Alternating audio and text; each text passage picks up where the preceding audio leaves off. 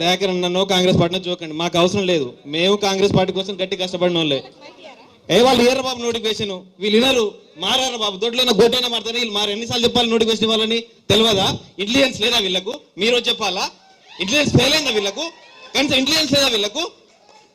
సిగ్గుండాలి మాట మాట్లాడడానికి, త్వరలో త్వరలో త్వరలో త్వరలో చెప్పుకోవడానికి.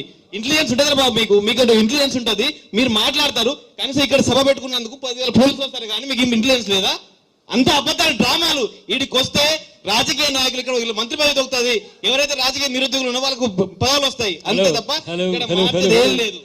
హలో, ఏం పేరు నీ పేరు? నా పేరు ఇందిరానాయక్ అన్న. ఇందిరానాయక్. వాళ్ళ అవకాశాలు పోగొట్టే హక్కు నీకు లేదు. నువ్వేం మాట్లాడాలనుకుంటున్నావు మాట్లాడు. నువ్వు విను. వాళ్ళ అవకాశాలను కాదు. మీరు మొదటి సంవత్సరంలో 2 లక్షల ఉద్యోగాలు ఇస్తున్నారు. మీరు మొన్న ఇంటర్వ్యూలో ఏం చెప్పారు? నేను చెప్పేది నీది అంశం ఏదన్నా ఉంటే ఇక్కడ చెప్పు, కానీ ఈడ వచ్చి రచ్చ చేసి వాళ్ళ డెమోక్రటిక్ రైట్ను కాలరాశాకు నీకెక్కడదా? మేము మాట్లాడలేమని లెక్క. మాకంటే ఎక్కువ లౌడ్గా మాట్లాడతావా? నేను కౌంటర్ ఇయ్యలేను. నేను గిదానికా ఈడ పెట్టింది.